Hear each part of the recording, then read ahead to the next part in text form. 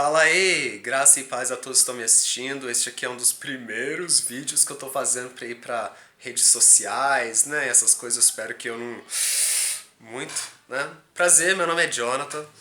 Eu quero trazer uma palavra para abençoar a sua vida. Eu acordei hoje de manhã refletindo sobre o que é ser filho. Muitas das vezes as pessoas falam assim: "Ah, eu também sou filho de Deus, todos nós somos filhos de Deus". Só que se a gente for parar a pensar no exemplo do que é verdadeiramente ser filho, o que é ser pai, entre aspas, essas coisas assim, pega o exemplo de uma criança com um pai, um menino e o seu pai. Eu, pelo menos, quando eu era menino, eu vi o meu pai dirigindo lá a van dele, que transportava ferramenta de trabalho, e eu me imaginava crescendo dirigindo. E assim, eu tinha aquela admiração pelo meu pai. Uma criança, ele sempre admira quem está numa posição mais alta do que ela, né? Ela admira, ela aprende. E sabe de uma coisa? Quando aquela criança se encontra sozinho, o danado é capaz de pegar qualquer coisa, uma pedra que seja, fingir que é um volante de um carro, de um caminhão, de uma van, sei lá, e sair dirigindo pela casa toda sem precisar ninguém estar vendo. Uma criança não é assim? Se for menino, se for menina, acaba fazendo isso, porque é relação de filho com o pai, de filha com a mãe. Então, o filho, eu entendi o seguinte: ele admira, ele aprende e ele pratica as obras que ele vê o pai, ou o responsável no caso, fazendo. A gente às vezes tem uma figura paterna no nosso trabalho que nos eleva para um nível mais alto. A gente às vezes tem uma figura paterna dentro da nossa igreja, né?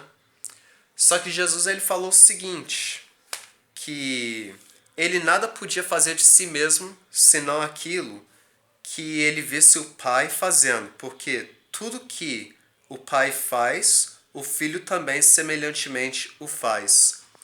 Isso se encontra em João capítulo 5, versículo 19. É a primeira mensagem que eu quero trazer para vocês. Pare e pensa. O ser humano, o homem tem a mania de querer colocar você calçando o sapatinho que cabe no pé dele. Mas ele não quer que você tenha o seu próprio sapatinho dado por Deus.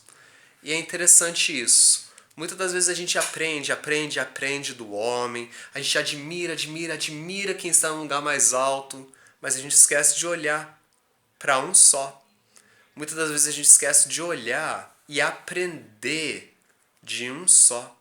Porque um dia olharam para Jesus, não davam nada para Jesus, sabiam de onde ele vinha, sabiam a educação que ele teve, a educação que ele não teve, e falaram assim: ué, como é que esse cara sabe letras? Como é que ele sabe ler? A gente sabe de onde ele vem. Sabe o que Jesus respondeu? Ele falou: o meu ensino não vem de mim mesmo, veio daquele que me enviou. Isso aí está em João 7,16. O meu ensino não é meu, e sim daquele que me enviou. Deus tem um sapato perfeito para o seu pé, não se preocupa. Você não cabe no sapatinho dos outros. Uma hora vai ficar desconfortável demais para você andar, você vai tropeçar, você vai se cansar.